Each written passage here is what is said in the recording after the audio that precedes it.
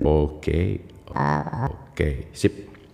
Oke teman-teman, kita udah pernah bahas panjang lebar, jadi sorry ya kalau yang baru pertama saya akan loncat-loncat gitu, jadi mudah-mudahan kalau yang baru perdana boleh nonton channel saya di YT gitu, di situ banyak penjelasan-penjelasan awal, tapi kita akan starting seperti biasa, kita akan mundur sedikit, masuk ke tengah, mendalami, dan kita move on gitu ya kira-kira. Pertanyaan boleh disimpan di akhir ya teman-teman ya. Jadi supaya kita nyimak dulu, relate dulu, dan biasanya pertanyaan-pertanyaan akan terjawab dengan sendirinya seiring dengan perjalanan pembelajaran ini gitu. Jadi let's enjoy. Teman-teman penting untuk enjoy, happy, gembira, dan prepare yourself gitu ya. Intinya begitu. Oke. Ada 3 part di dalam diri kita kalau kita bicara dalam konteks siapa aku gitu. Who am I? Sebenarnya yang jauh lebih dalam lagi adalah what am I gitu ya. Jadi apa dan siapa nih 2 hal yang beda sebenarnya ya. Karena apa nanti akan menjadi objek, siapa itu adalah subjeknya. Ketika kita terpenjara oleh subjek, kadang-kadang kita lupa bahwa objeknya itu apa. Subjek salah satunya adalah identity gitu. Nah, kalau kita terjebak dalam identitas, kita lupa tentang objektivitasnya kita gitu. Maka dalam perspektif realitas itu nanti ada 2. Ada realitas objektif dan ada realitas subjektif. Ya, dengerin ini baik-baik. Realitas objektif dan realitas subjektif. Nah, objektif itu seapa adanya. Tapi subjektif, segimana aku melihat itu. Ya, oke ya teman-teman ya. Nah, saya kasih contoh sederhana. Kita langsung ngegas dulu ya sedikit ya, supaya nanti kita bisa mundur-mundur dikit ke depan. Supaya di-prepare dulu, di-landingkan dulu, dibuka dulu keran-kerannya, dan supaya kita bisa dalam. Teman-teman ini lagi ngelihat warna apa sekarang? Boleh dijawab. Ayo dijawab. Ini warna apa? Kartu ini warna apa? Merah. Sip, nice. Ini merah ya. Saya tanya si simbolnya ini. Ya oke. Saya tanya merah di sini ya. Atau yang belakang lah ya. Ini juga merah kan warnanya. Oke, sip. Sekarang saya tanya. Siap ya? Udah cukup. Pertanyaan saya. Merah itu realitas subjektif atau objektif? Yang mana? Silakan. Merah itu subjektif atau objektif? Realitasnya subjektif atau objektif, yang mana? Beda-beda nih, mulai nih. Ya, mungkin ada juga jawab, gua mau jawab apa ya? Apa jawab aja ya. Karena kan nggak ada benar, nggak ada salah. Kita belajar. Oke, thank you ya. Oke. Kalau teman-teman mengatakan ini merah adalah objektif, jangan lupa ini warna merah karena kita sepakat warnanya merah, benar nggak? Jadi merah gara-gara kesepakatan. Karena kita sudah terinstall bahwa aku melihat warna ini adalah merah. Oke? Ini kalau kita nggak bisa melampaui ini, banyak berantem aja dalam hidup. Nah, berarti warna merah itu bukan objektif. Nah, tuh ada kata-kata memang merah. Iya, merah itu subjektif menurut kamu. Dan si subjektif ini sudah menjadi kolektif. Kita semua bareng-bareng tahu ini warnanya merah. Jadi merah adalah kesepakatan. Sampai sini oke? Oke dulu nggak nih? Kalau buta warna dia nggak ngeliat, that's it. Yes. Berarti tergantung ke sebuah kesepakatan. Nah, sekarang saya mau mengandai-andai dulu sesuatu ya, teman-teman ya. Seperti biasa kita ngotak-ngatik dulu paradigm. Oke, tapi liar, yang udah mulai ngerasa liar bagus. Karena kebingungan adalah jalan mendapat petunjuk. Jadi kalau kalian nggak pernah bingung, kalian nggak akan pernah mendapat petunjuk. Ya. Makanya kita jangan lupa ya, kenapa kita mau mencari terus? Karena kita mendapatkan masalah yang baru untuk kita dalam tanda petik maju kita kira-kira. Oke, sip ya. Oke ya. Nah, simpel nih, ini pelajaran anak TK dulu nih. Nah, jadi ada subjektif aku tahu ini merah, tapi objektif itu sesuatu yang realitas apa adanya.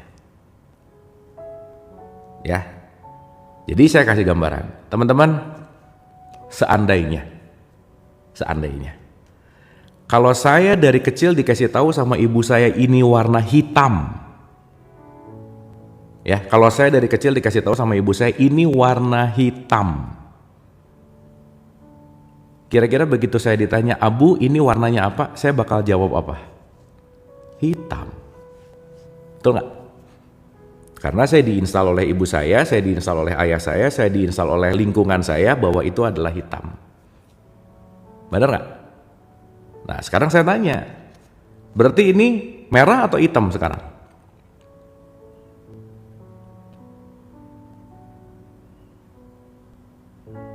Tergantung. Yes. Kalau teman-teman udah ngelihat warna ini adalah netral, itu udah mulai bisa banyak letting go dalam hidupnya. Itulah yang disebut melampaui dualitas gitu. Gitu kira-kira. Nah ya, pelan-pelan ya. Ini susah nih, cerita ini susah. Kita harus pelan-pelan. Jadi kalau kita bicara bahwa dikit-dikit itu salah, tar dulu, salah itu menurut siapa? Subjektif. Seapa adanya, nggak ada benar, nggak ada salah. Kenapa? Di luar diri kita semuanya netral.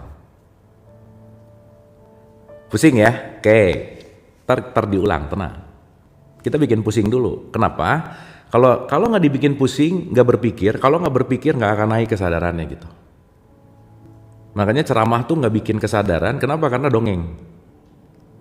Nah makanya kita ngajak taklim itu adalah sama-sama mengalami gitu. Berarti kalau taklim sama-sama mengalami, apa yang dialami didasari oleh pemahaman. Nah makanya taklim tuh ngajak mikir sih sebenarnya. Oke, ulang ya. Ulang. Pelan-pelan. 2. Ada realitas subjektif. Oke. Ada realitas objektif. Subjek, objek. Ya. Sip ya. Subjektif itu apa akunya. Objektif itu apa adanya. Dapat? Pelajaran itu harusnya diajarin dari SD. Dan di kita nggak ada pelajaran ini. Di kita itu 2+2 4, pokoknya 4 aja. Kita dikasih pelajaran tapi nggak pernah diajarin cara mikir. Gitu. Jadi hafal tapi nggak tahu aliran berpikirnya gimana. Sip ya, mulai dapat, mantap. Berarti pertanyaannya, kalau kita melihat secara subjektif itu terlimitasi dari apa yang kita tahu, betul nggak? Teman-teman kalau nggak pernah ngelihat kartu remi nggak tahu ini apa loh. Tapi karena terinstall, oh ini kartu remi angka 7 diamond. Oh diamond juga macam-macam. Ini ada yang ngomong diamond, ada yang ngomong wajik, ada yang ngomong tempe gitu. Terus yang benar yang mana? Yang bahaya cuman tahu bahwa ini adalah 7 wajik, ketika ada orang ngomong itu 7 tempe, kafir lo. Disalahin langsung. Padahal setiap pandangan kaitannya sama subjektif. Oke, sampai sini.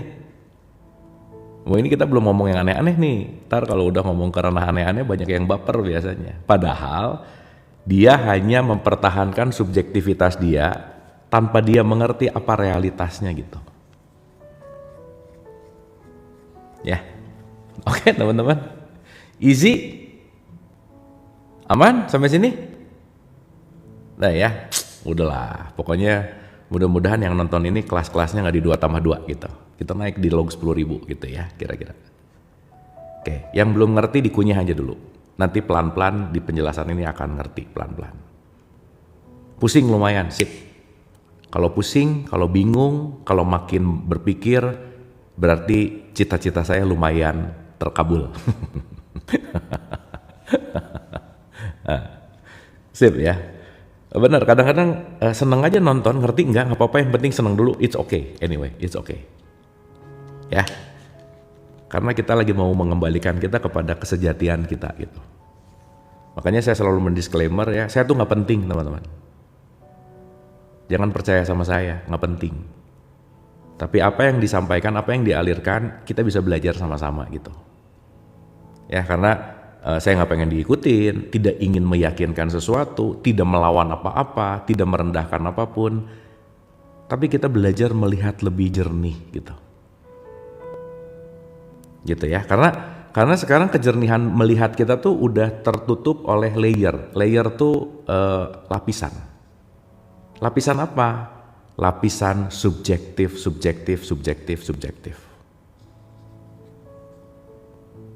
Gitu kira-kira. Sampai sini oke? Ingat ya, kalau kita bicara dalam konteks apapun, realitas hidup, objektif hidup, kembali kepada menerima realitas gitu. Kuncinya menerima realitas. Mau apapun kepercayaan kalian, agama kalian, apapun ritualnya, your choice. Tapi puncaknya cuma satu, nerima realitas nggak gitu. Jangan sampai keyakinan tidak bisa selaras dengan realitas kita kira-kira. Ya teman-teman ya. Sip ya. Mantap. Dapat ya? Oke, itu prolog dulu. Supaya kita mulai sadar, oh ada sesuatu yang subjektif, ada sesuatu yang objektif. Gitu ya.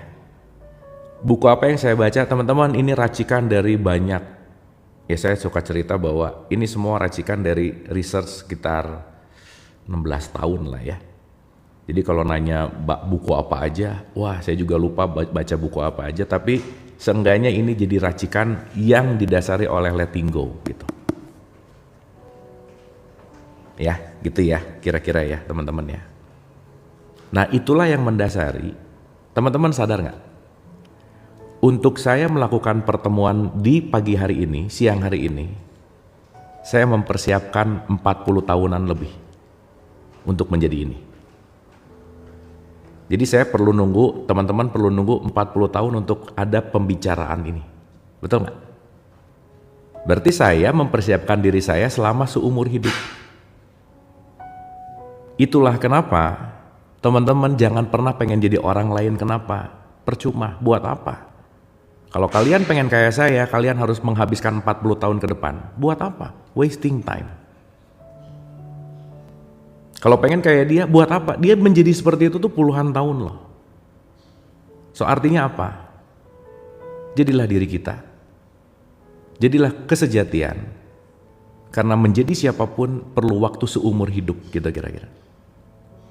Jadi pertemuan ini mahal nggak? Mahal banget. 41 tahun. Ribuan buku, ratusan jurnal, nggak kehitung berapa jumlah tempat yang saya datengin misalnya. Research yang saya lakukan, 499 episode dialog positif misalnya. So kalau kita menyadari ini, kita akan sangat menghormati dan mensyukuri semua momen teman-teman. Dan kita akan respect gitu. Perjumpaan kita, dia perlu seumur hidup, aku perlu seumur hidup.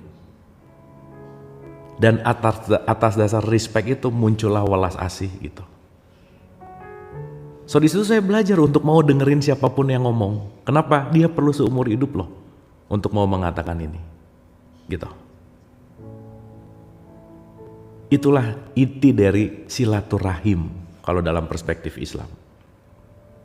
Silah itu jalan, rahim itu kasih sayang. Di mana kita membentuk jalan kasih sayang based on welas asih, compassion, dan itulah yang disebut dengan yang namanya penyatuan gitu. Sampai sini oke teman-teman ya. Mantap sih ya. So ayo dong kita hormati siapapun. Karena seumur hidup mereka, seumur hidup kita, seumur hidup siapapun itu untuk masuk dan untuk bisa mampir ke kehidupan kita anyway. Nah di situ kita akan sangat menghormati perjumpaan. Udah deh. Bahwa setiap perjumpaan perlu waktu yang lama untuk merencanakannya. maka nggak ada yang sia-sia dalam perjumpaan. Entah dia mau menumbuhkanku, entah dia mau memberikan pelajaran, dua-duanya tergantung respon kita. Jadi nggak ada yang buruk dalam hidup. Gitu. Everything is always reality. Cuman saya menyikapinya gimana? Kalau saya menyikapinya untuk bertumbuh, saya bertumbuh. Tapi kalau saya menyikapinya bahwa itu luka, saya akan terluka. That's your choice. Ya teman-teman, biasa ya pengantar panjang. Tapi ini sesuatu yang pengen dialirkan aja gitu. Karena pengaliran ini sesuatu yang dalam tanda petik honest tuh jujur gitu ya. Pengaliran tuh jujur karena nggak ada kepentingan lah. Saya ngomong nggak ada kepentingan gitu. Anyway, ya makanya jangan pengen berkembang biak terus, tapi berkembang baik, gitu ya. Ini berkembang biak mulu. Alright, sip, let's go. Clear ya. Jadi di awal poinnya adalah objektif.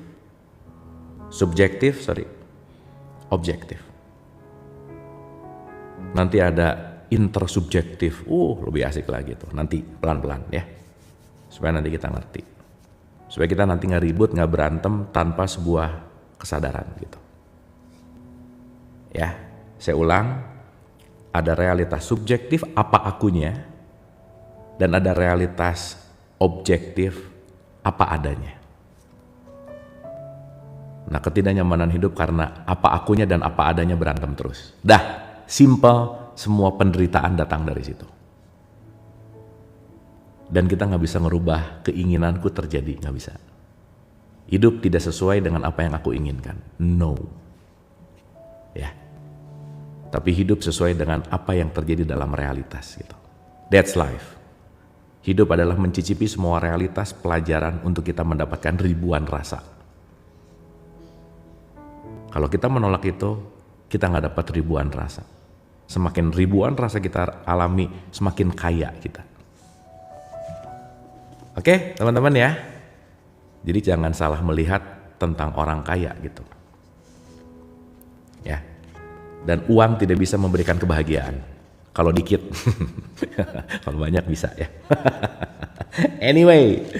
Alright, so let's dive in. Kita ke dalam. Bismillah ya, pelan-pelan, santai, relax, prepare pendengaran, penglihatan hatinya. Semoga opening ini ngebuka sesuatu gitu. Nanti teman-teman rasain deh, meskipun ininya nggak ngerti, tapi ada ini yang lebih ringan. Ya, meskipun ininya belum sampai, tapi ada ini yang lebih ringan. Apapun itu. Karena pertemuan kita adalah pertemuan vibrasi kan ya. Oke. Mulai. Sampai sini oke teman-teman? Catatan udah ready ya, bolpen, karena kita akan banyak nulis hari ini. Kita akan banyak rilis. Sip ya, oke. Wah jangan manggil Ustadz dong, bukan. Sip ya, aman ya teman-teman ya. Sip, mantap. Ulasan 5 menit, bahasan baru berikutnya. Ya, buat yang belum pernah, ini tuh ke berapa saya lupa, ke-4 apa ke-5 gitu, letting go. Tapi selalu relate lah pasti ya teman-teman ya. Oke. Akal pikiran, ingat manas itu pikiran, perasaan, emosi. Pikiran, perasaan, emosi yang selalu ada. Anyway. Jadi kita nggak pernah bisa lepas dari manas. Nggak bisa. Sehingga pikiran, perasaan, emosi sesuatu yang penting untuk kita manage keseharian. Jadi pada dasarnya hidup itu salah satunya adalah memanage pikiran, perasaan, emosi. Jadi kalau sekarang ngomong, aku lagi belajar memanage waktu, nggak bisa. Nggak bisa memanage waktu kalau nggak memanage pikiran. Gimana saya mau memanage waktu kalau saya tidak memanage pikiran? Saya mau memperbaiki keluarga, manajemen family lebih bagus, nggak bisa. Start dari mana? Thinking. Start dari mana? Thought and mind gitu. Dan kalau kita sadar bahwa ini adalah alat yang paling top, jangan-jangan jarang dipakai gitu. Ya. So, ya, dikit ya supaya ada interaksi. Tangannya boleh dikipet. boleh dikipet ya. Begitu saya nanya langsung jawab ya, untuk menjamin kepolosan. Sesuatu yang ditanya langsung jawab itu apa adanya berarti. Makanya saya selalu ulang-ulang kalau jujur itu tanpa alasan. Jadi kalau ditanya kamu gini, dia nyari alasan, itu bukan sesuatu yang jujur berarti. Maka spontanitas itu adalah the truth. Ya, dan paling capek menutupi kebenaran untuk berbohong. Berbohong itu sangat menghabiskan energi gitu. Anyway, pertanyaan saya gini. Teman-teman, sering nggak dalam keseharian menggunakan pikiran? Silakan. Ayo. Sering pakai pikiran nggak dalam keseharian?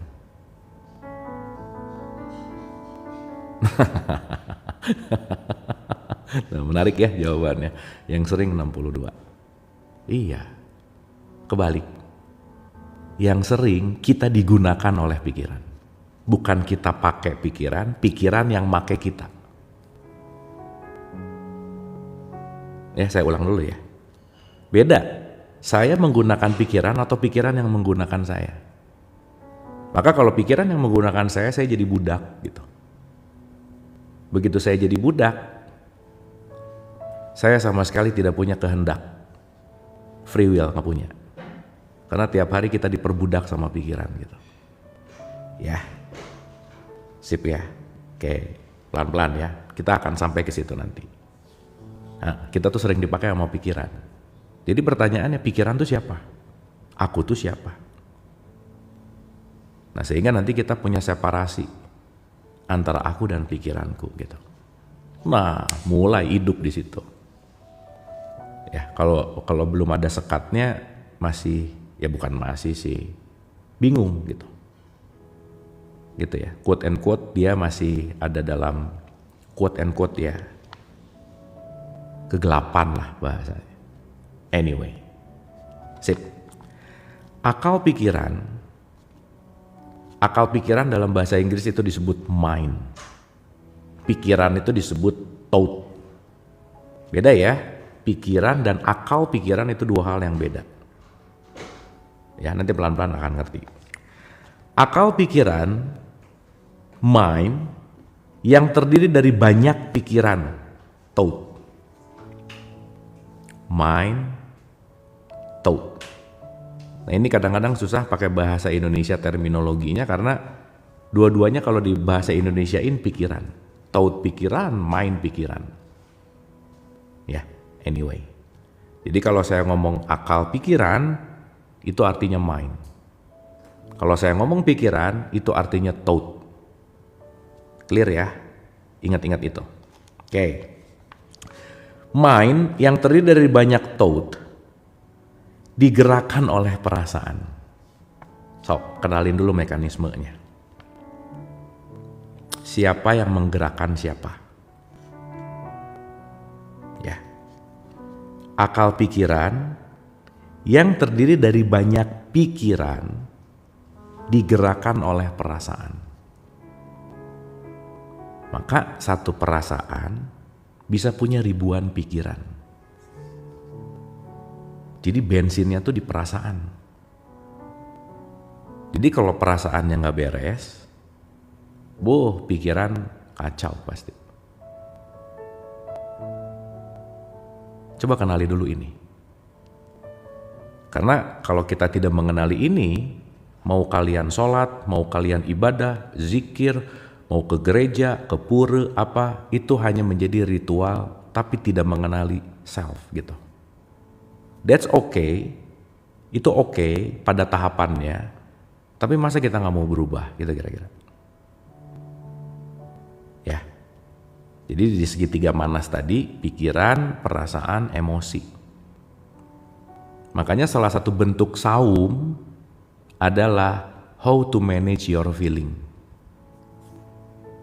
Bagaimana kita memanage perasaan, itu namanya puasa. Jadi puasa sebenarnya bukan urusan gak makan gak minum aja, bukan. Makanya teman-teman puasa jangan basa-basi cuma di bulan Ramadan, lanjut gitu. Dan puasa itu bukan untuk golongan tertentu, enggak, untuk siapapun yang beriman. Dan beriman gak ada urusannya sama agamamu apa gitu. Karena kenapa? Ini adalah salah satu latihan untuk melakukan manajemen perasaan, gitu kira-kira. Dapat ya? Dan perasaan tuh mau kamu agamanya apa, suku bangsa apa, nggak ngaruh. Gitu. Karena perasaan nanti kaitannya sama software gitu. Anyway, dapat ya teman-teman ya, saya ulang. Pelan-pelan ya. Soalnya kalau saya ngebut nanti yang baru datang agak keteteran. Jadi yang udah ikut ulang-ulang jangan bosen, yang baru menyesuaikan. Jadi kita ambil middle. Anyway, sip, good, nice, thank you. Saya ulang, akal pikiran yang terdiri dari banyak pikiran, mind yang terdiri dari thought, digerakkan oleh perasaan. Setiap perasaan adalah bentukan kumulatif dari ribuan pikiran. Setiap perasaan adalah bentukan kumulatif dari ribuan pikiran. Berarti, ketika kita berbicara tentang sebuah perasaan, datang dari ribuan pikiran gitu. Artinya, ketika kita berbicara dalam konteks perasaan, nanti ini sering disebut nafs gitu. Ketika ini disebut nafs, dia akan mengontrol semua pikiran dan itu akan melakukan sebuah tindakan gitu. Gitu kira-kira. Nah, jadi kalau kita mulai ngerti bahwa ternyata ada aku sebagai tubuh fisik. Melampaui fisik ada aku sebagai tubuh mental. Apalagi nanti kalau tubuh mental melampaui esensial. Kita akan mengerti ini dalam sebuah holistik gitu kira-kira. Ya, nah artinya setiap perasaan adalah bentuk kumulatif dari ribuan pikiran. Ini penting banget teman-teman. Karena once kita mastery perasaan kita akan mastery hidup. Gitu. Dan jangan lupa bahwa setiap apapun yang keluar dari seseorang itu menentukan kualitas isinya. Jadi ya udah aja. Ketika ada seseorang mengatakan A, mengatakan B, ya itu di dalamnya. Jadi kalau ada orang ngeluarin sampah, emang di dalamnya banyak sampah, selesai. Dan kita yang mendengarkan punya kekuatan mau ngambil sampahnya atau enggak. Tapi dengan sadar, ketika saya sadar bahwa itu sampah, ngapain diambil? Ya udah aja sih, gitu. Berarti kebalikannya, ketika kita bicara dalam konteks ini, sekali lagi, setiap perasaan adalah bentukan kumulatif dari ribuan pikiran.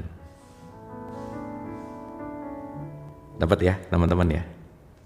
Mantap. Nah, ini profound nih, penting banget nih. Karena sebagian besar orang di sepanjang hidupnya menahan, menekan, dan mencoba melarikan diri dari perasaan mereka. Researchnya begitu.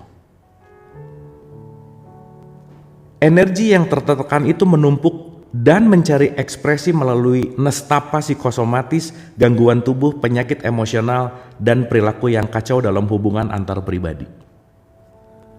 Aduh teman-teman, disadari atau tidak, banyak banget yang kita ditahan, ditekan, dan melarikan diri. Gitu. Ulang ya, pelan-pelan ya, pelan-pelan. Karena sebagian besar orang, majority ya, berarti kan mayoritas nih. Karena sebagian besar orang di sepanjang hidupnya menahan, menekan, dan mencoba melarikan diri dari perasaan mereka. Jadi banyak yang perasaannya datang ditutup, dilarikan. Yang lama-lama ditutup, itu bom waktu yang akhirnya dia bisa meledak gitu kira-kira. Nah pada akhirnya kita akan ngerti bahwa yang terjadi pada hidup kita, kebanyakan yang kita nggak suka.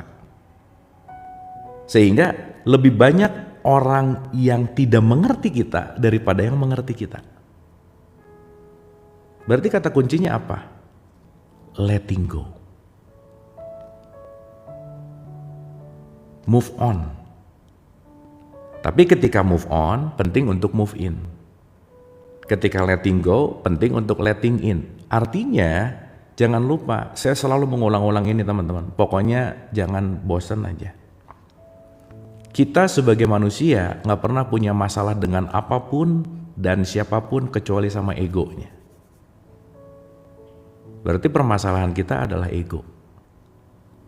Jadi bukan di dia, tapi di aku. Maka karena ego itu ada di dalam diri kita, kalau ada masalah, jangan cari jalan keluar, tapi cari jalan ke dalam. Nah, mencari jalan ke dalam itu namanya khusyuk. Mencari jalan ke dalam itu namanya meditatif.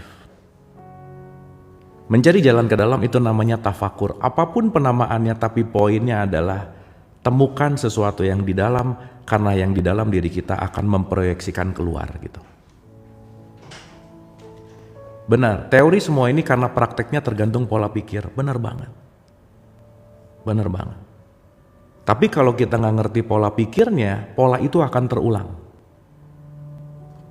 Maka orang religius tuh belum tentu punya moral yang bagus, belum tentu. Kenapa? Karena tidak dimasukkan ke dalam konteks sebuah kesadaran, akhirnya banyak penekanan ketakutan, akhirnya melakukan sesuatu dengan fearness gitu misalnya. Muhasabah, that's it. Muhasabah itu kata dasar dari hisab. Hisab itu artinya observe, menelaah gitu kira-kira. Sip ya. Makanya di semua kitab suci selalu bilang, kamu pakai akal dong. Dalam konteks pakai akal berarti hati-hati tuh. Mind tergantung thought, tergantung perasaan. Artinya apa? Jangan kamu melakukan sesuatu yang kamu nggak ngerti gitu. Nah selama ini dogma dan doktrin kan memaksa, harus pokoknya bagus pada level tertentu, yes. Tetapi kalau kita mengulang-ulang di level itu, kita nggak akan punya pola yang berbeda gitu kira-kira. Anyway, ya. Nah, jadi saya ulang sekali lagi, ini penting sepenting-penting banget untuk kita knowing self gitu. Jadi teman-teman, tidak ada yang paling penting untuk kita perhatikan kecuali perasaan kita. Kenapa? Karena perasaan ini yang menentukan pikiran. Kenapa? Karena pikiran yang akan mendrive semua organ untuk melakukan sesuatu. Dan nanti kita ngerti perasaan itu apa sih gitu. Dari mana datangnya perasaan? Kenapa begitu? Kenapa begini? Gitu kira-kira. Sip ya. Nah makanya ya maaf ya, nggak banyak orang yang mau mikir gitu. Nggak banyak, dikit. Makanya kebanyakan orang justru menilai. Karena ketika dia tidak menggunakan akalnya, dia akan menawarkan sebuah opsi lain adalah saya mau ngejudge dia aja, kenapa? Nggak cocok sama aku. Gitu. Kenapa? Realitas subjektifnya menguasai gitu. Esensinya ada di situ gitu. Nah, semakin kita melihat realitas objektif, kita akan lebih damai hidupnya. Nggak terlalu rese sama orang lain, nggak terlalu rese sama keimanan orang lain, nggak terlalu rese sama penilaian keluar gitu. Yang akhirnya kita akan menyadari bahwa oh iya ya, semua adalah pembelajaran dari dalam gitu kira-kira. Jadi nanti kita bisa memanage energi gitu, melepaskan diri dari perbudakan, nah gitu. Anyway, sip ya teman-teman ya.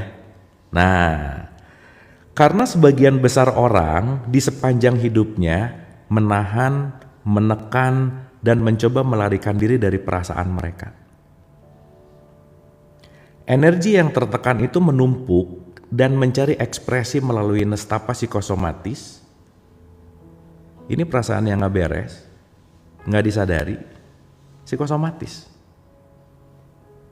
Sakit mental. Nanti yang lebih dalam lagi sakit fisik. Lebih dalam lagi stroke. Apapun itu. Sehingga dalam konteks di mana stroke dan seterusnya itu datang karena dari mulai faktor yang paling mental sampai ke fisik. Jadi kalau fisiknya udah terjadi sesuatu berarti berat banget tuh di dalamnya gitu kira-kira. Dan kita melihat itu semua dalam konteks yang namanya sinyal, sign. Iya, nggak tiba-tiba, enggak. Maka petunjuk itu berteriak setiap saat tapi kitanya nggak mau dengar. Rasa untuk maafkan itu teriak, tapi kitanya nggak mau. Kenapa? Karena saya merasa saya benar. Dengan merasa saya benar, saya menumpuk perasaan yang sama, padahal orang yang kita benci, mungkin dia biasa-biasa aja. Dan ketika kita membenci seseorang, yang paling rugi adalah perasaan membencinya. Karena kita terlatih menjadi pembenci, gitu kira-kira. Dapat ya? Bagaimana cara memaafkan? Ngerti ini. Ngerti bahwa memaafkan itu merusak dirimu. Ngerti bahwa tidak memaafkan itu menghancurkan diri kita gitu. Gitu kira-kira. Dan nanti kita ngerti bahwa letting go itu adalah melepaskan. Dan kita akan benar-benar bisa mengerti semua apa yang kita lakukan. Kenapa? Karena kita benar-benar menyadari, bukan karena kebiasaan. Gitu. Kira-kira kurang lebih seperti itu ya, teman-teman ya. Anyway, kita lanjut. Perasaan-perasaan yang terakumulasi, nih ya, penting nih. Menghalangi pertumbuhan spiritual, kesadaran, serta kesuksesan dalam banyak bidang kehidupan. Oh, ini ngaruh banget sama rezeki. Ngaruh banget sama karir, ngaruh banget sama pencapaian-pencapaian apapun. Karena softwarenya nih yang gak beres. Ketika si software ini gak pernah diregulasi, kita lupa bahwa segala bentuk perilaku itu datang dari software kita gitu. Jadi kalau sekarang kita ngelihat, jangan ngelihat orang itu sukses, tapi lihat kebiasaannya apa. Kok dia bisa gitu? Lihat dia memanage dirinya seperti apa gitu. Belajar. Nah sekarang sukses sedikit dari kita, julid. Ah dasar dia sih kayaknya ini deh itu. Apapun ya, apapun gitu. Nah jadi artinya perasaan-perasaan yang terakumulasi menghalangi pertumbuhan spiritual, kesadaran, serta kesuksesan dalam banyak bidang kehidupan. Artinya semua perubahan tidak datang dari luar diri kita, tapi datang dari dalam diri kita. So teman-teman, jangan nunggu orang yang akan menolong kita karena gak pernah ada. Karena perjalanan hidup gak bisa diwakilkan. Semuanya tergantung bagaimana kita mau memanage diri ini gitu. Gitu kira-kira. Ya, sama halnya ketika kita melihat apapun dalam kehidupan, ketika melihat objektif, that's it. Yuk kita belajar melihat objektif. Dan it's always okay. Mau itu yang komen di sini apa, semua objektif. Dan sekali lagi semua adalah kualitas diri gitu. Ya kita juga nggak bisa nyamain, nggak apa-apa, nggak bisa maksa, nggak apa-apa. That's okay anyway. Sampai sana, oke teman-teman. Clear ya? At least mulai di fase lelah, penderitaan, jangan lupa itu adalah bensin kita untuk selalu mencari jawaban. Kalau kita nggak pernah menderita, kita tidak akan mencari cahaya. Kalau kita nggak pernah lelah, kita nggak akan pernah untuk terus punya harapan gitu. Dan kalau kita ngelihat itu semua dalam satu kesatuan untuk kita terus bertumbuh, maka semua itu hanya menjadi bensin kehidupan kita gitu, untuk terus kita bertumbuh. Berarti tergantung dari respon kita. Saya mau menjadikan ini untuk bertumbuh atau saya mau menjadikan ini untuk terluka, pilihanmu. Maka hati-hati dalam memilih. Gitu. Ya. Jadi teman-teman, somehow kadang-kadang kita penting untuk ngerti gini. Apa sih yang mendorong kita untuk terus mencari jawaban? Penderitaan loh. Karena penderitaan membawa kita untuk finding more, lagi gitu. Harapan pasti. Jadi nanti kita ngerti bahwa masalah itu adalah jalan untuk kita masuk gitu. Jalan untuk kita masuk ke dalam dan jalan untuk kita maju. Karena kalau nggak ada masalah dalam hidup kita nggak maju gitu kira-kira. Sip ya teman-teman ya. Getting clear ya. Makanya jangan bosan, saya selalu mengutip statementnya Rumi bahwa luka adalah tempat cahaya masuk. Kalau nggak ada luka, nggak akan mungkin ada cahaya yang masuk. Kita perlu diretakkan dulu untuk ada cercah cahaya masuk. Maka kalau kita merubah perspektif masalah itu menjadi jalan cahaya, kalau kita ngelihat perspektif bahwa semua masalah itu adalah untuk membuat aku lebih maju, dan itu akan menjadi sesuatu hal yang membuat kita bertumbuh gitu. Karena semuanya adalah pilihan. Oke teman-teman ya, itu pemanasannya. Itu pemanasannya. Ya, itu udah kita bahas. Dan kita akan bicara ke chapter berikutnya. Kita bicara dalam konteks mekanisme pelepasan. Ya, kita masuk ke mekanisme pelepasan supaya kita dapat how to-nya gitu. Gimana sih? Tapi at least mulai. Ada perasaanku, ada pikiranku. Rumi itu Jalaluddin Rumi, nanti boleh dicek ya. Dia salah seorang sufi besar lah. Ya cek aja Jalaluddin Rumi gitu. Banyak banget statement-statement yang super keren dari beliau. Ya, oke. Nggak retak lagi, tapi bolong kan bagus. Udah bolong kan berarti jalannya lebih gede gitu. It's okay, nanti ngerti kok. Suatu saat nanti kita akan sangat bersyukur terhadap semua kepahitan dan kepedihan hidup karena tanpa itu semua kita nggak mungkin ada di kelas ini gitu. Gitu ya, kira-kira ya. Sip ya. Dan nanti ngebedain banget gitu mana orang yang penuh harapan dan mana orang yang penuh dengan ketakutan, penuh dengan kecemasan. Kalau orang penuh dengan kecemasan dia akan ngelihat susahnya, nggak mungkin, ribet. Tapi once penuh dengan harapan, that's it. Saya mau berubah gitu. Saya akan menjadikan semua ini adalah bensin untuk saya bisa move on. Dan that's your choice. Pilihanmu gitu kira-kira. Oke ya teman-teman ya. Oke, kita masuk ke chapter baru. Mekanisme pelepasan. Judul besarnya adalah mekanisme pelepasan. So teman-teman mudah-mudahan di vibes di ruangan ini kita vibes yang penuh dengan hope gitu kan. Ya, kita berbagi vibes yang full of hope.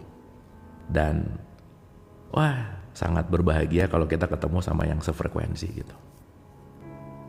Kenapa saling menguatkan masalahnya? Karena kan silah rahim tadi gitu. Silah itu jalan, rahim itu kasih sayang. Kita fokusnya di hope-nya gitu. Anyway. Nah, sekarang kita masuk ke mekanisme pelepasan. Ya. Pelepasan melibatkan kesadaran atas sebuah perasaan. Membiarkannya muncul ke permukaan, bertahap menghadapinya, dan membiarkannya pergi dengan sendirinya tanpa keinginan untuk mengubah atau melakukan apapun terhadapnya. Ya, saya ulang sekali lagi ya, dengerin baik-baik. Pelepasan melibatkan kesadaran atas sebuah perasaan. Sadar aku sedang merasakan ini. Jadi kalau teman-teman lagi marah, belajar untuk gini. Bukan aku marah, bukan. Aku sadar akan perasaan marah, karena marah bukan aku. Aku sadar aku cemburu, karena cemburu bukan aku. Aku sadar lagi bete, karena bete bukan aku. I am aware of, saya menyadari perasaan, karena perasaan bukan aku. Karena kalau kita langsung ngomong aku marah, yang dianggap marah diri ini. Marah itu bukan aku, tapi aku sadar aku sedang merasakan marah. I am aware of, saya sadar akan, gitu kira-kira. Dapat ya? Dan ini kalau kita nggak punya jarak antara respon dan peristiwa, susah nih. Makanya teman-teman belajar untuk hening sejenak dalam setiap respon. Ada responsif, ada reaktif. Merespon, tapi nggak usah harus ngambil reaksi gitu. Saya merespon semua komen di sini, tapi saya tidak bereaksi terhadap apapun komen itu, ya udah aja gitu. Karena rugi kalau saya mereaksi setiap komen di sini yang kira-kira reaktif itu akan menurunkan tingkat energi saya gitu misalnya. Gitu. Nah, jadi kembali kepada pelepasan melibatkan kesadaran atas semua perasaan, membiarkannya muncul ke permukaan, bertahan menghadapinya, dan membiarkannya pergi dengan sendirinya tanpa keinginan untuk mengubah atau melakukan apapun terhadapnya. Nah, jadi di tahapan ini, sadari bahwa perasaan itu tamu. Kalau ada orang bertamu, ingat, dia cuma tamu, dia juga punya rumah sendiri, nggak akan selamanya bertamu, pasti pulang gitu. Ya. Dan penting untuk tahu tamu mana yang berhak dimasukkan ke ruang tertentu. Kalau dia cuma mengantar paket yang dia mungkin gosen gitu, ya nggak usah dimasukin ke ruang utama dong, karena dia cuma kebutuhannya ngirim paket di pekarangan juga cukup gitu. Nah, karena kita nggak punya filter, semua tamu dimasukin ke kamar utama. Jadi kamar utamanya sesek. Itu yang disebut baper. Ya, teman-teman kan kita lagi belajar letting go ya. Jadi kita ini langsung dipraktekin letting go gitu. Anyway ya, seru nih. Kalau belajar langsung ada pembelajarannya, langsung ada kasusnya, kita bisa langsung sambil praktek by the way. Itu teman-teman. Semesta tuh emang indah gitu. Karena begitu kita doa, ya Allah jadikan aku orang sabar, pasti ketemu orang nyebelin gak lama. Dan kita belajar letting go, pasti ada guru yang akan datang ke kita untuk susah letting go gitu. Jadi ya udah gitu. Lucu kan? Menarik gitu. By the way. Kurang lebih gitulah kira-kira. Ya, ulang ya. Ulang. Judulnya letting go anyway. Letting go. Jadi saya ulang nih ya. Ini alinea pertama di chapter ini langsung nancep sih, langsung jelep ya, nancep tuh gitu. Nah, pelepasan melibatkan kesadaran atas semua perasaan. Teman-teman make sure to pastikan untuk mengerti bahwa perasaan adalah tamu yang datang nanti pergi. Datang nanti pergi. Teman-teman nanti kita akan ngerti. Orang nyebelin, yang menyakiti kita, kita akan terima kasih sama dia. Karena kalau nggak ada dia, kita nggak punya pelatih kesabaran. Asik. Yang ngejelekin kita, yang merendahkan kita, itu adalah guru-guru kehidupan yang akan membuat kita jadi lebih naik kesadarannya gitu. Jadi kita penting untuk berterima kasih kepada hal buruk by the way. Karena tanpa hal buruk, nggak mungkin kita mendapatkan baik gitu. Karena nanti dalam hukum semesta ada yang disebut paradoks gitu. Ya, makanya jangan lelah untuk sadar. Anyway, dan itu latihan. By the way, latihan lagi gitu. Karena pada frekuensi tertentu kita nggak bisa menolak gitu. Ya, jadi sekali lagi di paragraf awal ini kita bicara tentang perasaan adalah tamu, guest. Makanya di VT saya teman-teman boleh lihat nanti tentang guest house. Balik saya mengutip Jalaluddin Rumi tentang life is a guest house. Hidup adalah seperti hotel gitu. Setiap hari kedatangan tamu yang kita nggak bisa ngontrol, tamu itu mau nyebelin, mau menyenangkan, jadi hotel aja. Sehingga kalau kita sadar bahwa kita adalah guest house, kita akan menerima semua tamu dalam kehidupan. Anyway, tahu nggak?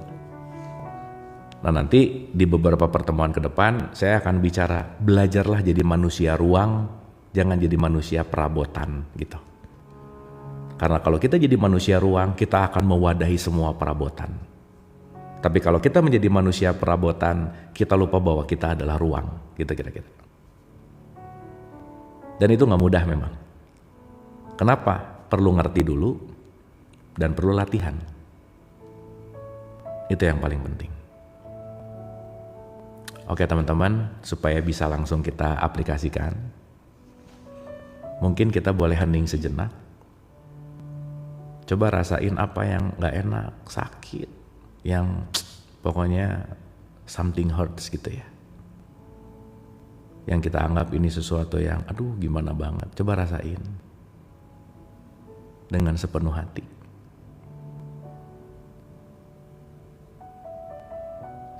Dan dengan kerendahan hati, dengan penuh kasih sayang, berterima kasihlah kepada orang yang paling kalian benci, momen yang paling tidak disukai. Coba beranikan untuk mengatakan terima kasih. Terima kasih kepada orang-orang yang membenciku. Terima kasih kepada semua momen yang aku anggap itu tidak baik. Terima kasih. Karena semesta mendatangkan itu semua untuk menumbuhkanku menjadi orang yang lebih baik dari hari kemarin. Terima kasih.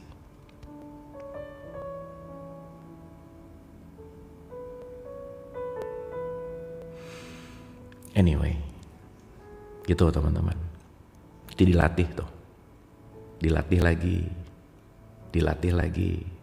Itu nanti pelan-pelan letting go. Letting go. Letting go. Dan gak bisa gitu. Itu gak bisa kalau gak dilatih dan gak diulang-ulang.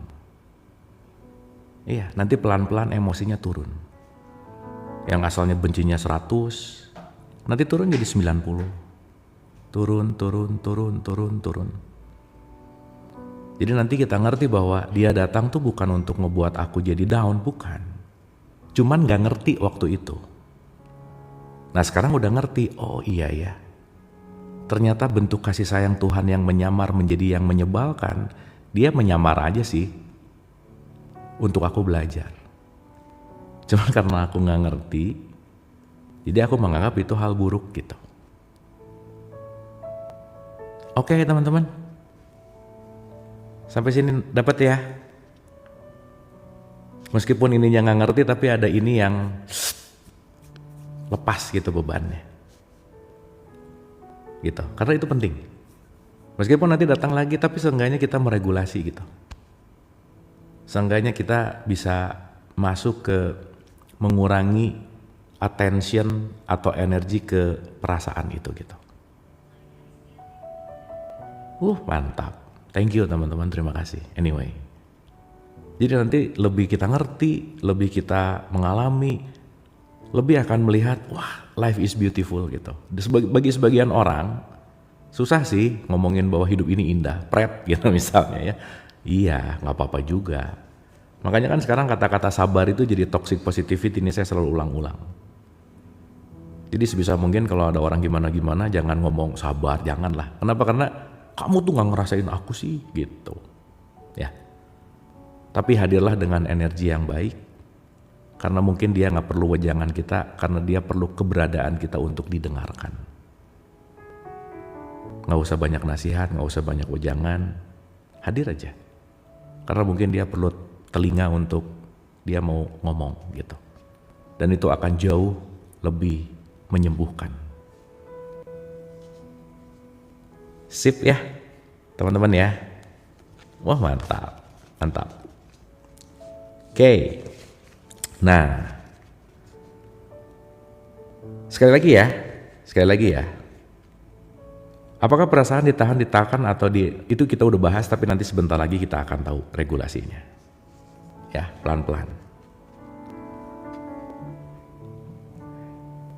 Pelepasan melibatkan kesadaran atas sebuah perasaan, membiarkannya muncul ke permukaan, bertahan menghadapinya, dan membiarkannya pergi dengan sendirinya tanpa keinginan untuk mengubah atau melakukan apapun terhadapnya.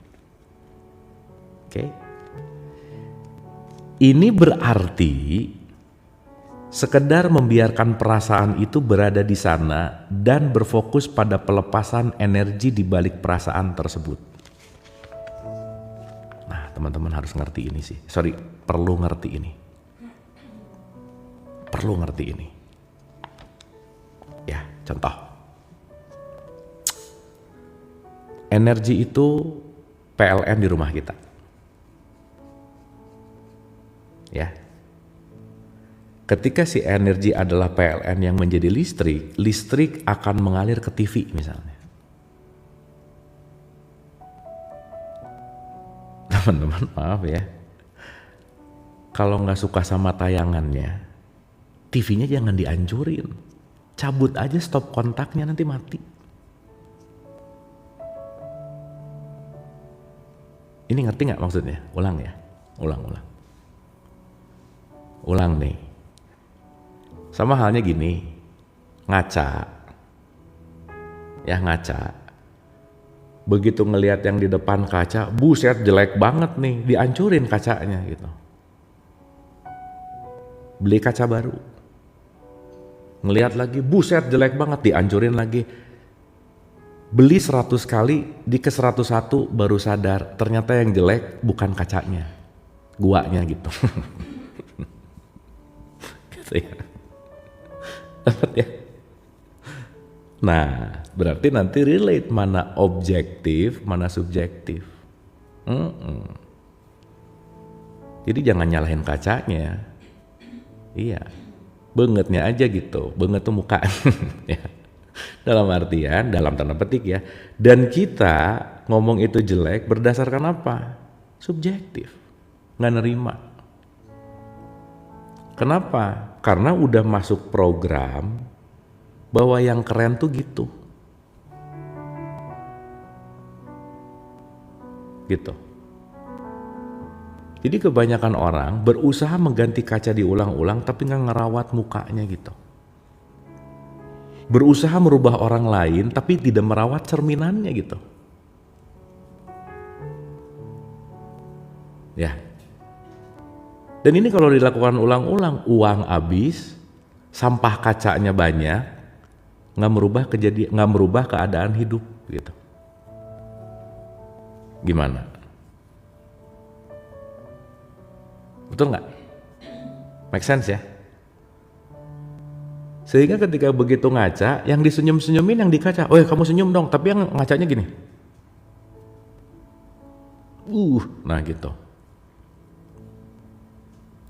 Tapi tanpa mengapa-ngapa, tidak mengapa-ngapa, begitu saya senyum, yang di depan kaca ikut senyum. Betul nggak? Jadi sekarang kalau mau merubah apapun faktor eksternal, proyeksinya yang dibenerin gitu.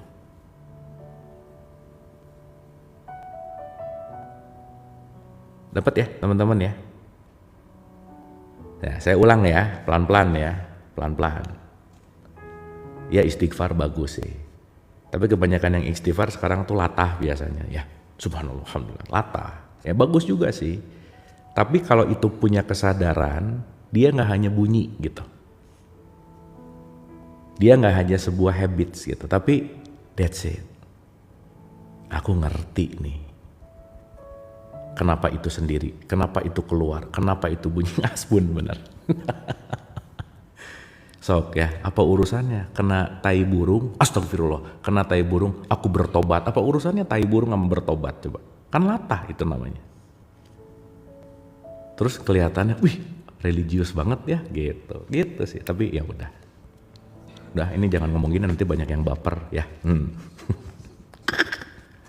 Anyway, nah jadi kita balik lagi. Padahal trennya. Habis gitu ngerasa aku punya temen soleha. Nah, udah cukup ya cukup. Udah lucu tuh. Kalau voltage kebaparan ditambah nanti makin meledak gitu. Nah nanti juga mati sendiri sih, biarin aja. Nah jadi intinya adalah ini berarti sekedar membiarkan perasaan itu berada di sana dan berfokus pada pelepasan energi di balik perasaan tersebut. Oke? Jadi maksudnya setiap perasaan itu selalu ada energi yang memberikan kekuatan pada perasaan. Nah, ketika kita menyadari si energi yang masuk ke perasaan ini, ketika energinya diturunin, dia perasaannya pelan-pelan akan semakin ringan gitu. Ya, nah berarti yang tadi saya cerita bahwa jangan TV-nya yang dirusakin, cabut aja tuh si stekernya, listriknya yang dicabut. Dapat ya teman-teman ya? Karena kalau listrik yang dicabut, TV-nya tetap aman. Kita ngejaga. Jangan lupa ya, kita penting untuk merawat fisik maupun mental. Dan jadi nggak harus ngerusak kan gitu. Ya, mantap. Nah, sekali lagi ya.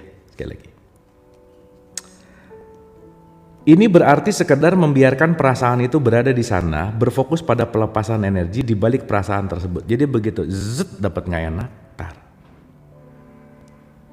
energi saya lagi mengalir ke situ tuh. Biasanya udah dapat perasaan, energinya kenceng, langsung melakukan tindakan. Komen, posting. Makanya kalau lagi ada frekuensi yang rendah, postingan, kita lagi mengundang sesuatu yang buruk dalam hidup.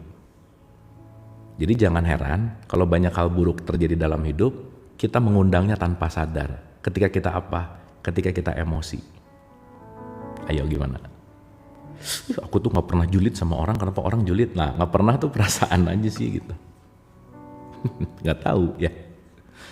Kebiasaan yang diulang-ulang kan dia gak sadar, jangan-jangan. Sayanya gak sadar gitu, jangan-jangan.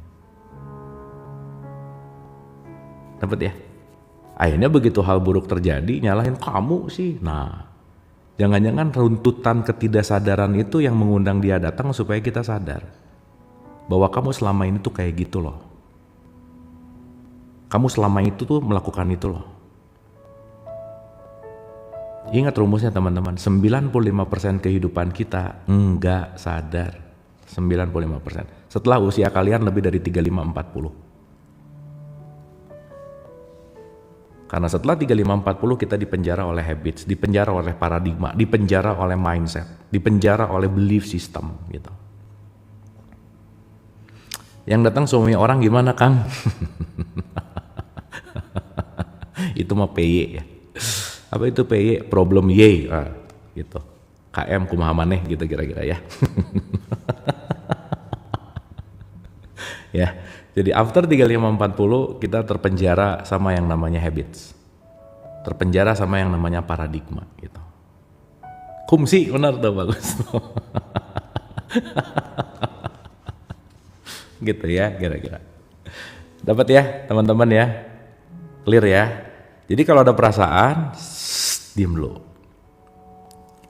I am aware of angry. Saya lagi menyadari perasaan saya. Perasaan bukan saya. Ya, ingat nih, ini penting banget loh. Sok pencet pause-nya. Dah, kayak. Cemburu datang misalnya. Oh iya, cemburu lagi mampir. kalau dikasih makan terus, betah. Sok tamu, kalau dikasih suguhan terus, besok datang lagi gitu. Nah jangan disuguhin kalau bisa. Cabut tuh listriknya. Kalem heula, bener. Kalem. Tuh bener banget. Nah ini ngasih makan mulu emosi gitu. Tiba-tiba gede nggak sadar, kasaran katanya begitu gitu. Padahal, ayo yang ngasih makan siapa? Aku. Jadi wajar kalau dia datang terus, kenapa? Ya dikasih makan mulu sih gitu. Ya. Nah sekarang berarti yang bisa meregulasi itu siapa? Aku. Gitu. Ih teman-teman, ini tuh kayak simpel tapi penting banget loh. Saya belajar banyak hal ya di semua katakanlah tradisi agama. Endingnya mau ngajarin ini loh. Apapun deh. Semua ritual, semua apapun cuma mau ngajarin ini sok ya di orang Islam. Kenapa sok harus sholat? Regulasi ini nih. Khusyuk, regulasi ini. Puasa, regulasi ini. Semuanya regulasi gitu. Gitu kira-kira. Sip ya. Jadi nanti kita ngerti bahwa oke. Semua urusannya adalah bagaimana aku. Regulasi itu ini. Regulasi itu adalah proses tiada henti untuk melakukan sebuah perawatan. Merawat. Makanya ini banget jangan dikasih filter, kasih skincare. Nah, itu regulasinya gimana gitu. Harus pakai basic dulu, nanti pakai serum, nanti pakai apapun lah gitu ya. Nah itu kan ada layer-layernya gitu. Nah jam-jam segini sunscreen jangan lupa gitu. Gitu kira-kira. Nah artinya ketik ya muka-muka bangetnya muka ya. Nah cuman memang filternya cepet sih supaya oke filter aja. Nah gitu. Cuman lagi nggak pakai filter nggak enak gitu. Makanya banyak banget foto profil yang gitu ketemu aslinya, nah gitu. Jadi jauh jenik ya, masih ingat teman-teman jauh jenik? Dari jauh oke, dari dekat tahu wahyu nggak teman-teman? Dari jauh wah, dari dekat you, gitulah kira-kira. Jadi banyak wahyu sekarang gitu. Kenapa pakai filter masalahnya? Gitu. Sip ya. Disusuh benar. Gitu kira-kira ya. Dapat ya teman-teman ya. Nah jadi kira-kira intinya adalah halus gunung. Ya. Lu kamu tuh kayak bulan deh. Padahal bulan dideketin nggak semulus kelihatan dari jauh gitu. Nah itu namanya wahyu ya. Jadi kalau Anda mendapatkan wahyu berarti dari jauh wah, dari dekat you gitu. Anyway. Gelis kuda nanti kita bahas setelah buka puasa ya. Tenang.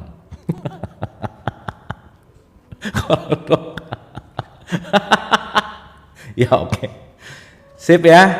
Yang namanya wahyu jangan tersinggung. Ingat ya ini room nggak boleh baper. Oke. Teman-teman kita masuk ke praktikal. Kang live-nya jam berapanya? Nah itu saya tuh live nggak tentu. Buset ini udah mau 11.45 nggak kerasa ya. Kita tadi perjanjian sampai jam berapa ya? Jam 11.50, 12 lah ya. Sampai jam 12 ya. Sampai sini jam 12. Oke, teman-teman. Ntar bisa lama teh ngantuk lagi. Oke ya. Sip ya. Jangan jam 1 atau kan jam 1 saya ada kelas. Nanti jam 1 boleh nyambung ke kelasnya Pak Wayan ya. Itu yang Pak Wayan. Top lah. Sip. First step. Ingat jangan ngerusak TV-nya, mending cabut stekernya. Jangan ngerusak dirinya, mending cabut energinya. Gitu. Ya. Langkah pertama adalah, langkah-langkah ya. Siap.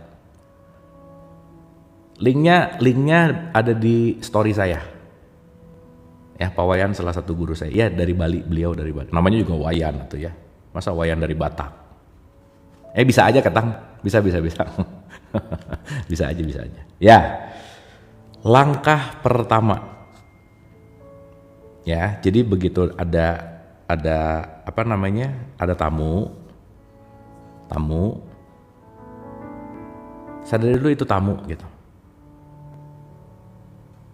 Ya, sadari dulu itu tamu gitu. Oh, ini tamu nih. Ini tamu nih gitu. Oh iya, yang jam 1 di live juga, tapi siapa tahu mau join ke Zoom boleh gitu. Nanti di live-in juga. Ya nanti di sini di si Tok di live-in juga. Ya, nah. Langkah pertama adalah biarkan diri Anda memiliki perasaan itu tanpa menolaknya. Ini nomor 1. Coba diingat-ingat nih. Begitu jangan. Aduh. Nah jangan gitu. Teman-teman gini ya. Teman-teman ngerti stigma gak? Paham arti stigma gak? Stigma itu satu step lebih dari dogma dan doktrin. Ya. Dan stigma, dogma, dan doktrin itu tergantung lingkungan. Jadi teman-teman jangan menyamakan sama siapapun. Kenapa? Lingkungan kita beda-beda. Tuh ada orang ngomongnya kasar apa, ngertiin dulu. Kenapa? Ya dia lingkungannya di situ, lahirnya di situ. Jadi kalau ada anak lahir di tempat geng tukang ngegosip, si anak ini akan melihat bahwa ngegosip itu biasa aja gitu. Ya. Jadi jangan terlalu cepat ngejudge nih, omongan orang apa, itu tergantung lingkungannya. Dan kalau dia memiliki ofensif, ya wajar, pasti jarang piknik gitu. Pasti jarang main jauh, pasti pengetahuannya segitu-gitu aja. Kita mendingan ngerti gitu. Ya namanya juga anak TK, rebutan kursi mah wajar, anak kecil, anak TK gitu kira-kira.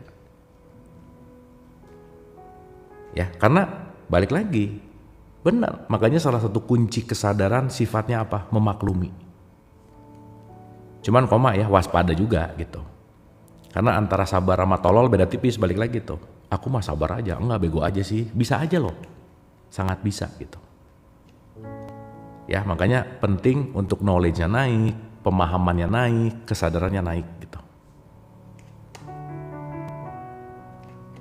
Sip ya. Oke. Nah, langkah pertama adalah biarkan diri Anda memiliki perasaan itu tanpa menolaknya. Mengekspresikannya, takut terhadapnya, mengutuknya, atau mengkhotbahinya.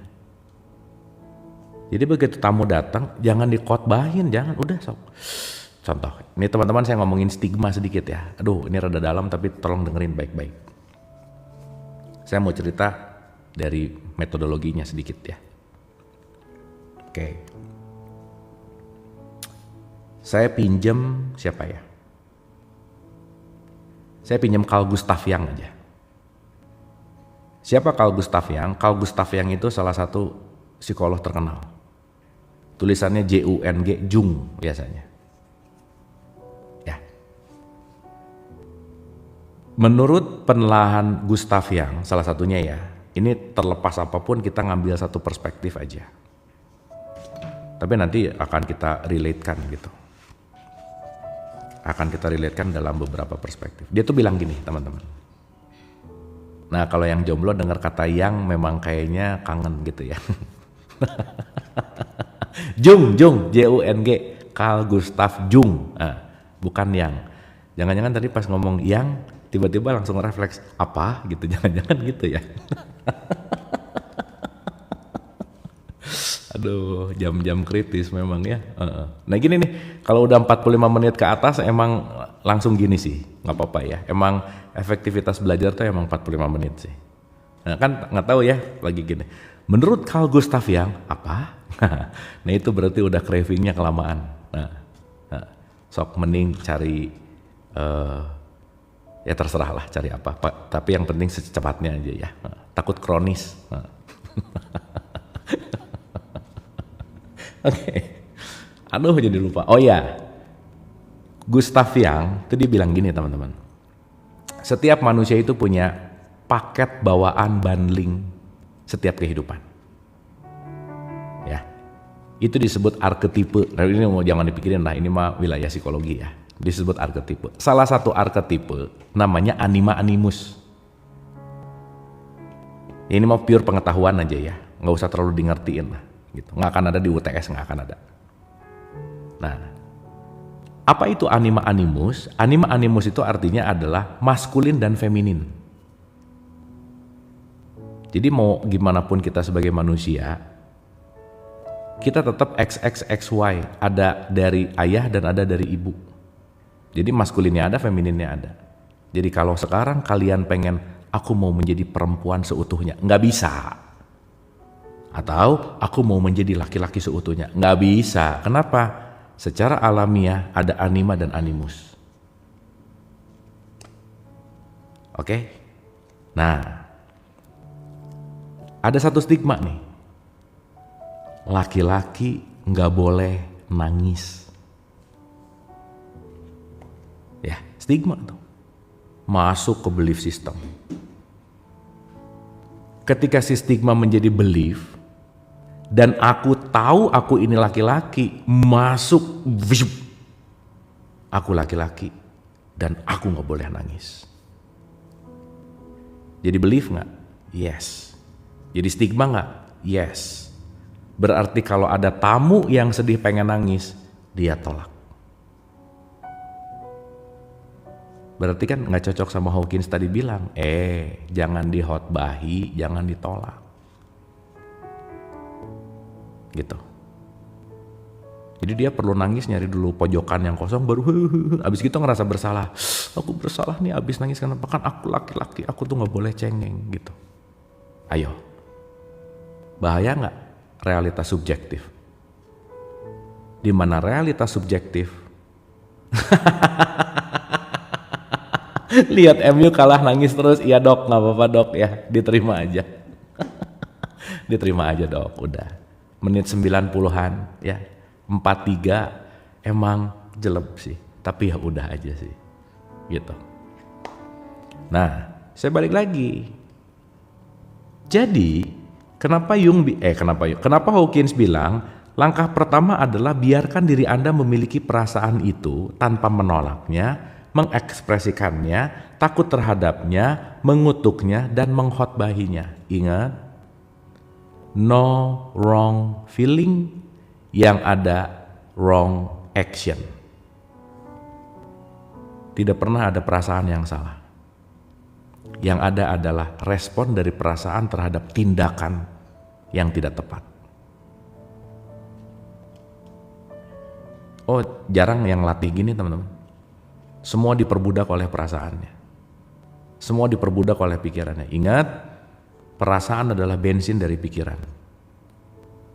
Maka kalau bensinnya kuat, on, disamber sama api, bus meledak, wah udah tuh.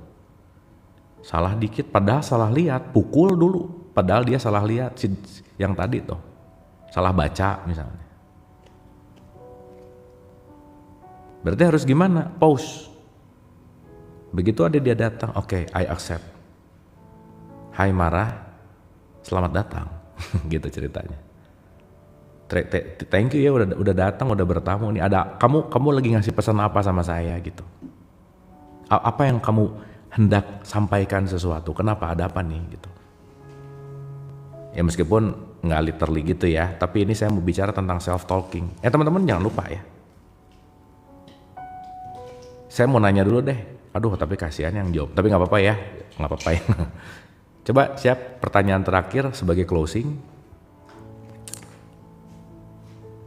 Renungin, langsung jawab ya.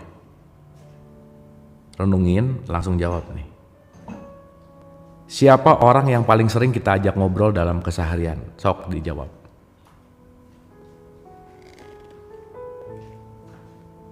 Ayo. Mulai ini pada mabok.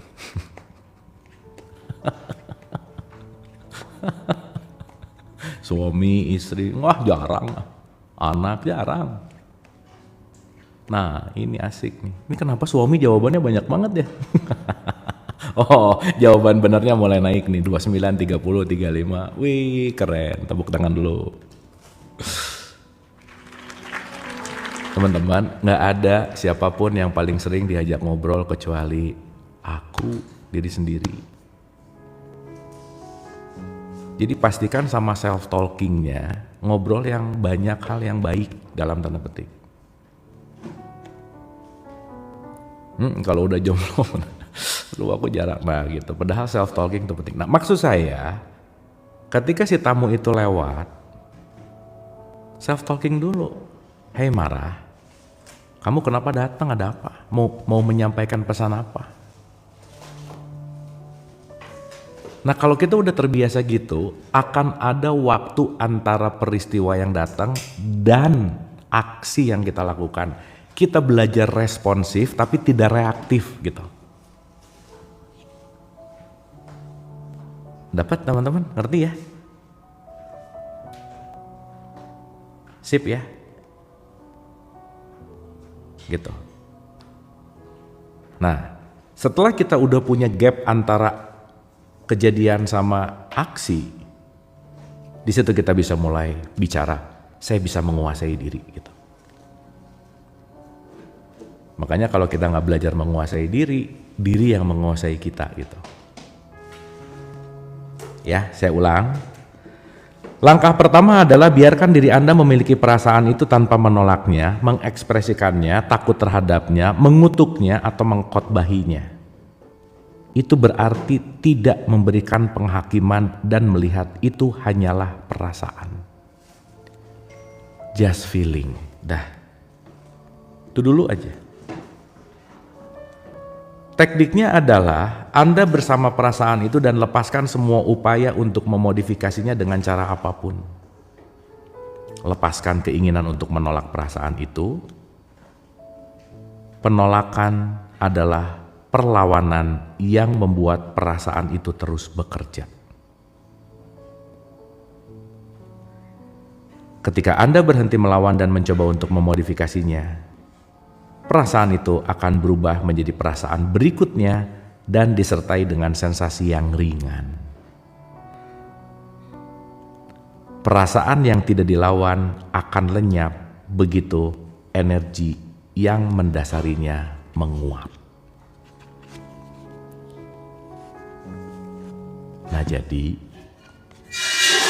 apa makna sabar? Sabar adalah menguapkan energi pada perasaan, alias nyabut steker listrik supaya TV-nya mati.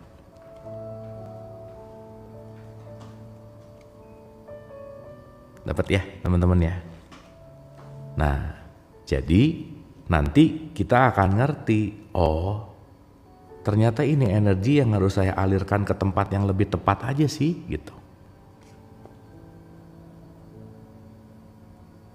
Sip ya. Jadi kalau ada sesuatu jangan. Aku nggak mau merasakan ini. Ini nggak enak, dilepasin. Nah gitu.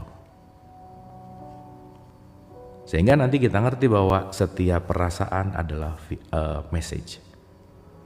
Nah, perasaan yang disadari nanti akan menjadi rasa. Rasa itu pesannya. Sabar adalah menurunkan energi pada perasaan.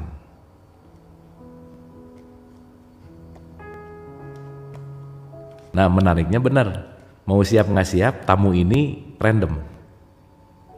Karena tergantung dari situasi, tempat, apa yang dilihat. Karena semua apa yang kita lihat relate kepada memori. Ngelihat nih sekolah nih jadi ingat mantan waktu SMA misalnya. Nah ngelihat sekolahan, masuk ke memori, timbul perasaan. WhatsApp nggak ya? Nah, mulai itu. Ya, reuni lah, udah tuh. Reuni tuh mengacak-ngacak memori tuh, seru. Ya, jadi nanti kita ngelihat runtutannya jelas gitu teman-teman. Kenapa aku gini? Oh, ingat ya, panca indera sebagai jembatan masuk ke memori, memori nanti masuk ke perasaan, perasaan nanti masuk ke pikiran, pikiran nanti ke emosi, emosi terus looping gitu. Nah, jadi kita akan ngerti semua ini, inti dari masalah hidup adalah reuni sebenarnya. Beneran kata Pak Wisnu, reuni. Sip ya. Oke teman-teman ya, hati-hati, semuanya pasti punya memori. Every place, setiap tempat, setiap apapun pasti relate kepada sesuatu. Teman-teman, sapu tangan itu akan memiliki different memory kepada seseorang ketika orang, maaf ya, teman-teman, ini penting untuk kita ngerti kenapa kita penting untuk menghargai siapapun. Ketika ada orang ngelihat sapu tangan tuh bisa nangis-nangis nih, ya Allah. Terus buat orang awam yang ngelihatnya, lebay banget loh, lihat sapu tangan aja nangis. Ternyata apa coba?